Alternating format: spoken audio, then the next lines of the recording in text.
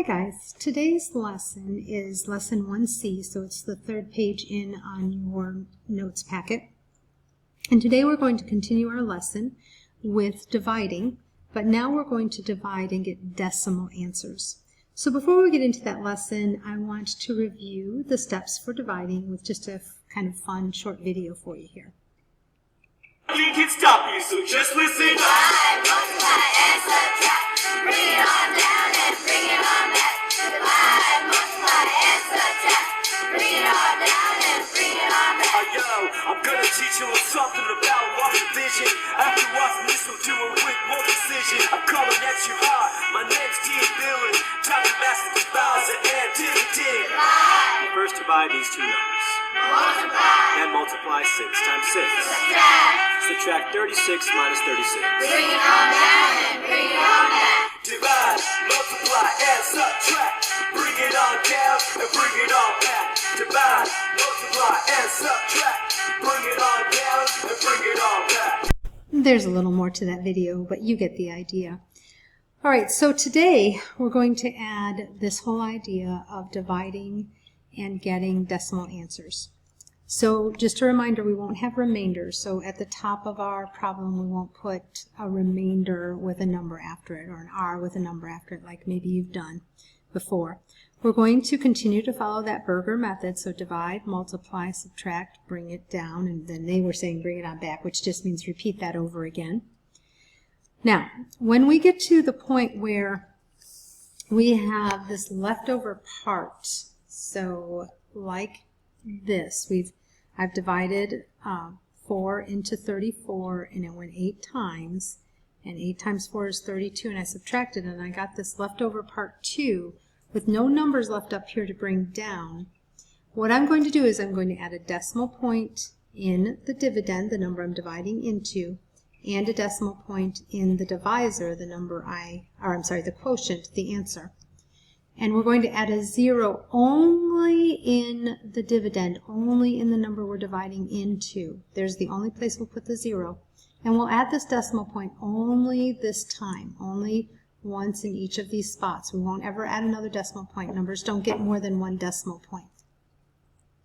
Then we're going to add a 0 only in the house and bring that 0 down and continue our dividing until we get a 0 answer. So just like we did with whole number answers, we're going to continue dividing until we get a 0. All right, so I wanted you to see what that looked like as I was describing it, and now I'll do an example for you. All right, so here's our first example. We're going to make our division house. We're going to put our dividend inside the house and our divisor outside the house. And now we have to ask ourselves, how many times will 16 go into 72? So 16 is kind of close to 20. So I'm going to say, okay, well, how many times would 20 go into 70? And so I'm going to start with 3 times. It might be 4 times, so let's see what we get. What if I do 16, let's go ahead and start with 4 times 4. So 6 times 4 is 24, put my 4 down, carry my 2. 4 times 1 is 4, plus 2 is going to give me 64. So I know it has to be 4, it can't be 3, because 3 would be too little. Alright, so 16 doesn't go into 7, so I'm going to put a holder on that place. And then 16 divides into 72. We just found out that that was 4 times. And then we say 4 times 16 is 64. So we did our divide, we did our multiply, now we do our subtract. We can't take 4 away from 2, so we make that a 12. This is 6. And 4 from 12 is 8. 6 from 6 is 0. Now, here's the situation that we're talking about.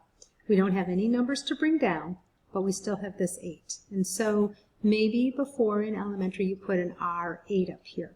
That means that 16 can go into 72 4 even times with 8 left over. So if we were dividing up 72 pieces of candy, we could, by 16 people, each person would get 4 pieces, but we'd have this 8 left over. So what we're going to do now is we're going to add our decimal point here, and then a 0 in the house. We don't add zeros up here in the number that's going to be our answer in the quotient. We only add the 0 in the house. Okay. The only time we ever put numbers up here is after we've done a divide. Then we bring down that 0 and we do our divide. So how many times will 16 divide into 80? I believe that 16 times 5 is 80 because that's just one of those math facts that kind of is stuck in my head, so we'll check that one out. So 5 times 6 is 30, so put a 0 down and carry a 3. And then 5 times 1 is 5 plus 3 is 80, so sure enough, it is a 5.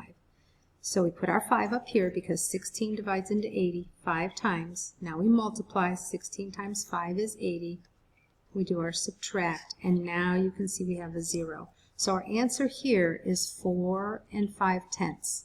So you can see that's not the same as the remainder. The remainder would have been 8.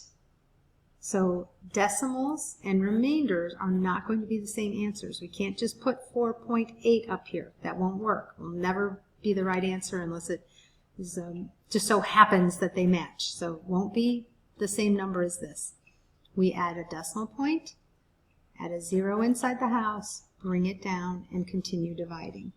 Okay, let's look at another example here. So we have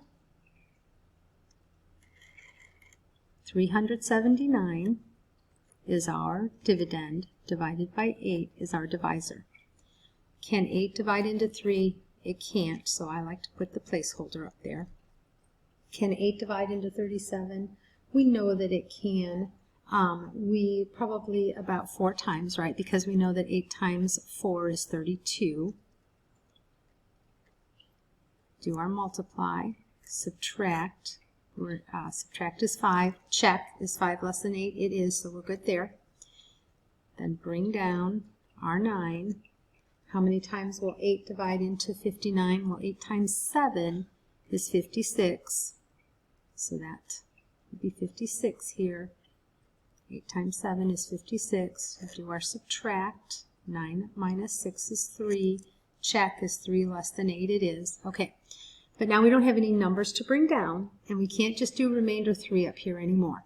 So we add those decimals, and we add a 0. Remember, the 0 only goes in the house. We don't add a 0 up here. Bring that down, and that's 30. How many times will 8 divide into 30? Well, 8 times 3 is 24. That's pretty close, so we'll try that one. 8 times 3 is 24. Subtract. We get a 6 here. 6 is less than 8, so we're in pretty good shape. But we're not done, so we have to keep adding zeros. Bring down our 0. 8 divides into 60 7 times, because 7 times 8 is 56. Subtract. We get a 4 here. 60 minus 56 is 4. Not done yet, so we add another 0. Bring it down. We've got 8 divides into 40, and that goes in exactly 5 times, because 8 times 5 is 40. Subtract, and finally we get our 0. So our answer to this is 47 375 thousandths. That's our final answer to that. So it's a lot of work, but you can do it. Okay, here's one final problem. So we're going to make our house here. Put 39,874 in our house. And that's our dividend. We're dividing by 8. All right. So can 8 divide into 3? No, so placeholder. Can 8 divide into 39? Yes, about 4 times, right? Because 4 times 8 is 32. We do our subtraction. 9 minus 2 is 7. We bring down. 8 divides into 78 9 times, because 9 times 8 is 72. Do our multiply. 72, subtract. We get 6. 78 minus 72 is 6. Bring down. Got 7. 8 divides into 67 8 times, because 8 times 8 is 64. Subtract. Get 3. bring down, 34. 8 divides into 34 4 times, because 8 times 4 is 32. Subtract, and we have 2 left over. So again, we can't have remainders, so we add those decimal points, add a 0 in the house, bring that guy down. 8 divides into 20 twice, because 8 times 2 is 16.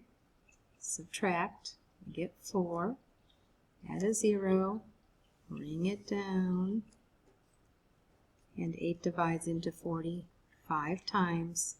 8 times 5 is 40. Subtract, and we're done. Should feel a sense of accomplishment there. Guys, you are done with your notes for 1C. Would you please flip your paper over, and would you please put the word done up here? You persevered and you got it done. Good job.